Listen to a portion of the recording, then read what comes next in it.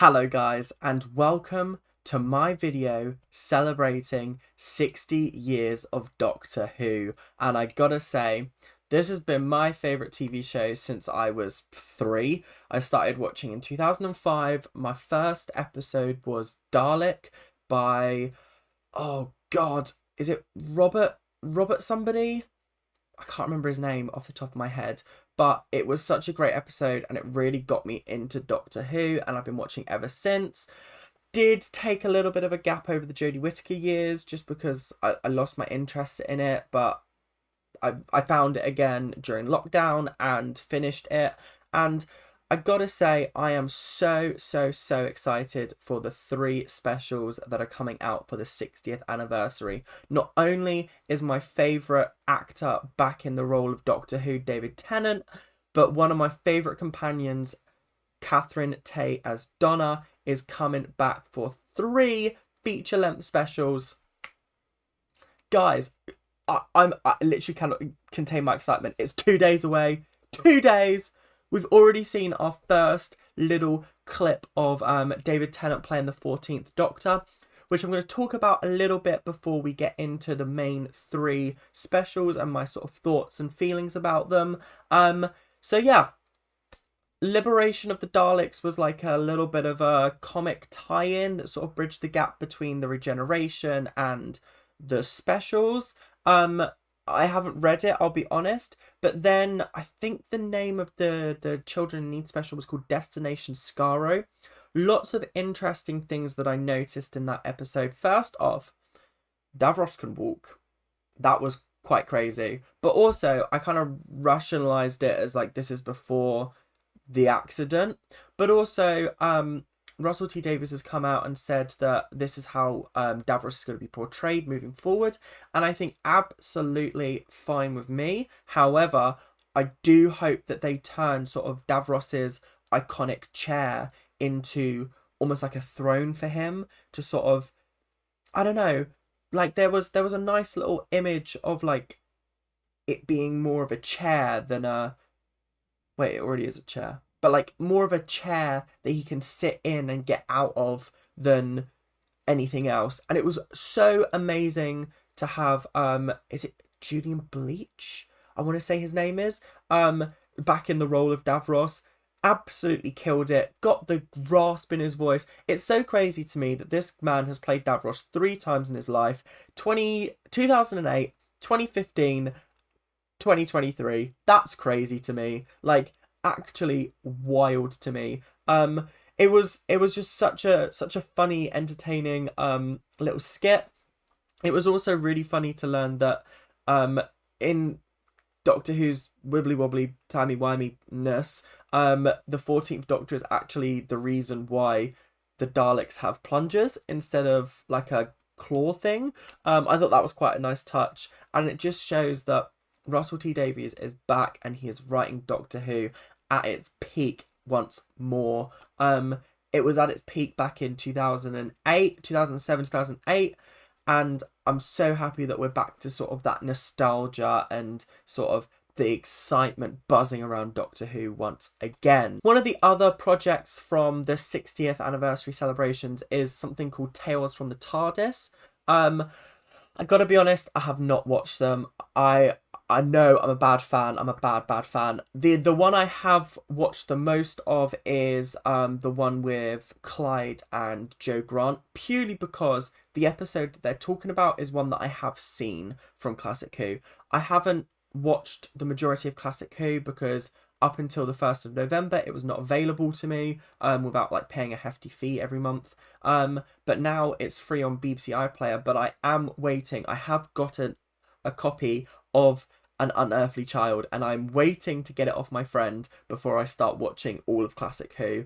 So I'm very excited. But I did watch the Clyde and Joe Grant one, so I'll talk a little bit about that. And it was just really sweet to see Joe back on screen, because I love her. I think she's incredible. I think she was one of the best companions that we've had ever. And it was nice to see Clyde back as well, because we haven't seen him since 2011, when Elizabeth Sladen sadly passed away and Sarah Jane Adventures could not continue. And I think it was nice to reintroduce him back into the fold. I'd love him to show up in the main show. I'd love to have him in a spin-off at some point, but it was nice to know that they haven't forgotten about him. As for the other ones, there was a Tegan and like 5 duo. There was an Ace and 7. I think, was it 6 and Perry? I think, maybe. And then obviously the third Doctor one was Joe and Clyde. And then the second Doctor one was Jamie and, I want to say Victoria, but I could be very wrong. The first and second Doctor, I do not know much about. I have not watched much content on them, and I feel really bad for that because, like I said, it's not been available to me. So like once I get into it, I'll be so much more knowledgeable on it. But yeah, so that was really cool that they decided to do that. It is a bit of a weird canon breaking thing, but also I don't care. Doctor Who has never really worried about canon as much as some other shows, and it was just nice to see some of our favourite duos back on TV again. Right, let's crack straight into the 3 specials and sort of my excitement for them. The first one is called The Star Beast, and it reintroduces the Noble family. You've got Sylvia, you've got Donna, you've got Sean, you've got their daughter Rose. I gotta be honest, Russell has addressed this, but there is a little bit of an age conflict because the last time we saw Donna was 2010, I think. I think it was 2010. And she was just getting married. But now she has a daughter that seems to be about 16, 17, but it's only been 13 years, technically. So I don't know what they're doing with that. Russell's apparently got an explanation for it. Maybe not in these specials, but at some point. So I don't know. We'll have to let him explain that. But I think it's very, very interesting. It's a smashing cast from what I've seen. Miriam Margolyes is playing Beep. No, the Meep. Is it the Meep or is it Beep the Meep? It's either, I can't remember. I think it's the Meep, but people call it Beep the Meep. Whatever. But it's based off of a 4th Doctor comic strip from back in the day. I want to say the 80s. God, I'm a lot less prepared for this than I thought I was.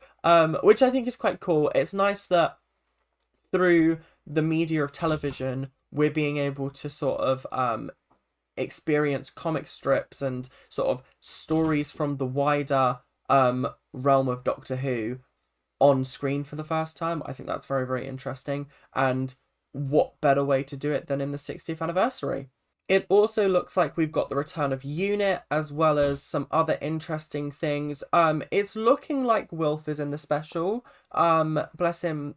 Bernard Cribbins passed away last year, so this is probably his last acting role. But how fantastic is it that we're getting another sort of 3 hopefully episodes with Wilf, because Wilf, if you know me in real life, you know I'm a big fan of Wilf. You know I'm a lover of Wilf. Wilf is great. He's so funny, but he's also got so much heart, and oh my god, it pained me so much when he was the reason that the 10th Doctor had to regenerate. Like, that was the toughest scene to watch because Wilf was fully prepared to sacrifice himself for this man. Oh god, it was so emotional. But I'm so glad that we're getting to see him again. He's been suspiciously absent from a lot of the promotional material, but I have a feeling that's more out of respect to the actor than anything else. So yeah, I'm hoping that he has not been cut from the episodes, because that would be heartbreaking. I doubt they would do that. But yeah, I gotta say, the Star Beast is looking like a really, really fun adventure. There's been numerous positive reviews that have come out. There was one BBC reviewer that kind of shat on it, which was confusing because I was like, you're a reporter for the BBC and you're shitting on a BBC show. The math ain't mathing there. But yeah, I think it's definitely going to be a very, very interesting adventure. I'm just curious how they're going to explain away the fact that Donna's meant to die as soon as she remembers the Doctor. Like, that's... how is that going to work? Because, like, surely she's going to die? Question mark. So yeah, I think the first one will be very, very interesting to watch. I'm excited. I think there's a lot of potential there. The second episode, Wild Blue Yonder, we know nothing about.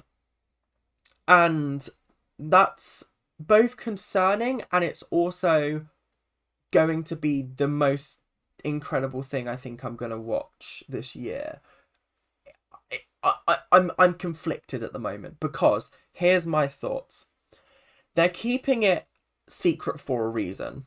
The premise, from what I've heard, is, or from what I've seen in the trailers and seen on like promotional stuff, is that they go on an adventure, the TARDIS runs away, and apparently it's because there's a threat so great that the TARDIS has run away.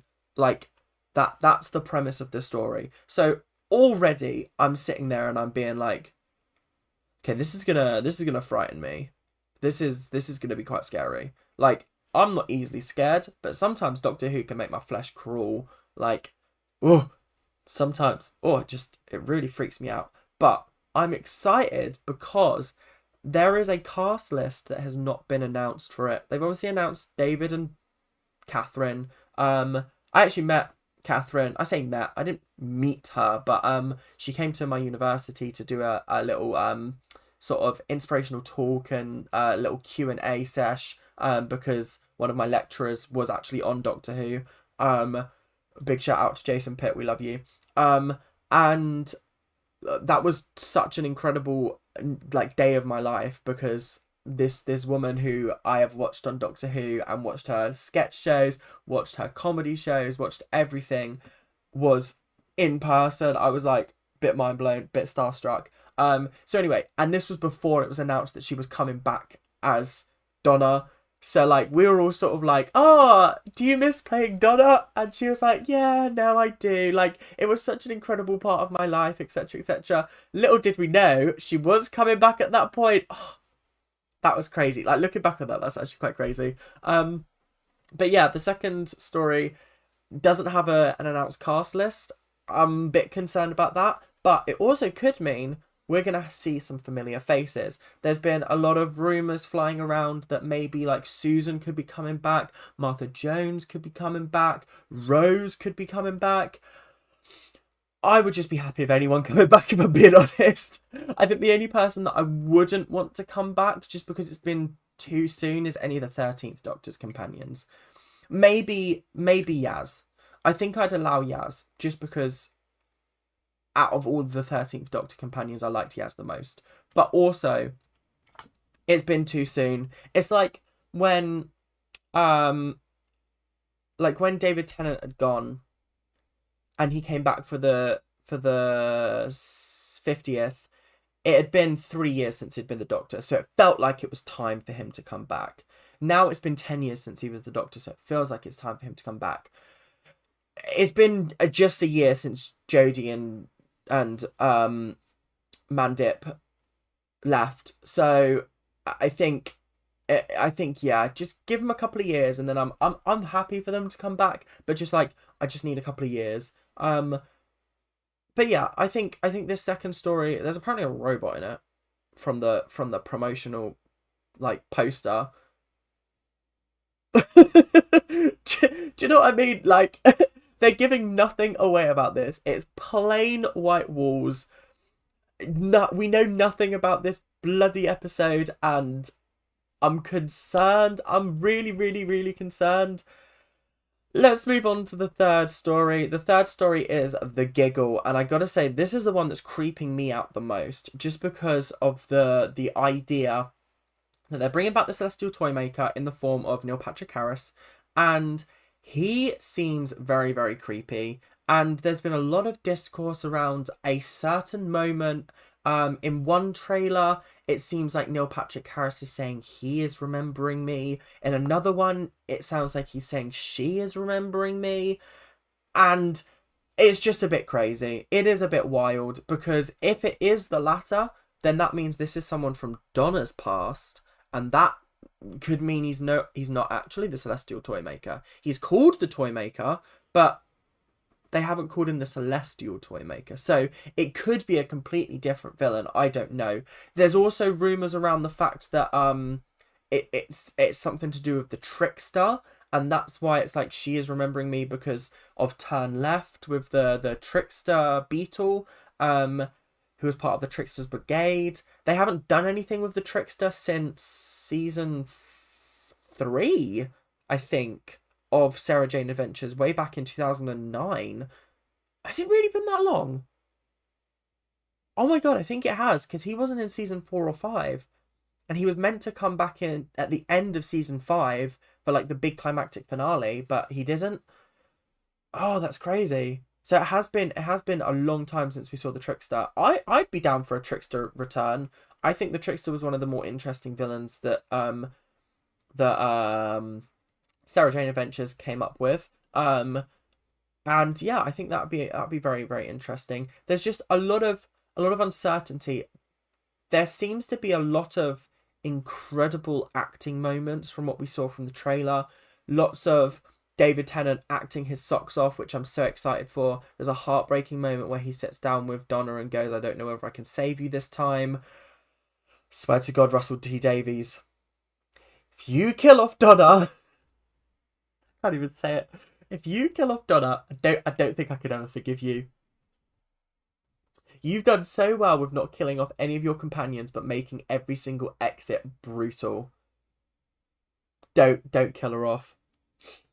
But also, how are you going to explain away her like not wanting to travel with the Doctor anymore? Like, I know she's a family, but like, it's crazy. It's crazy. There are also other rumors that I'm not going to get into because I don't want to fuel sort of fan rumors that have come out about the show, because I think there's a lot of sort of upset over whether this is a good idea, whether this is a bad idea, what's going to happen, but I'm not going to pay any attention. All I'm going to say is the third episode looks absolutely insane. Craziness. Boom. Like, it's going to be incredible. I mean, Russell T has already said that the first one's a family adventure, the second one's scary, and the third one is just crazy. So I'm fully ready to embrace the craziness. We're also getting Mel back after God knows how many years. I think she left in 1987. And she's back all these years later. It'll be nice to see her sort of in the modern setting. I hope they have more classic companions to come back, but also there are not that many of them that they could bring back. Like a lot of the first, second, and even third Doctors are either passed away or they are too old to be active in an episode, if you know what I mean. Like Bonnie Langford is young enough to be able to like hop on a moped and like zoom around, do you know what I mean? Whereas like, bless him, William Russell, is it William Russell, the guy who played Ian? He is 99, bless him, and he appeared in the last episode of Doctor Who of the revival, because don't even get me started about the fact that they're starting from season 1. Don't even get me started on that, because that's a whole another episode that but yeah, so he was in the last episode of the revival, and bless him, he just sat there and said a couple of lines, and I think that was perfect because it involved him still, but didn't have him doing the usual Doctor Who hijinks.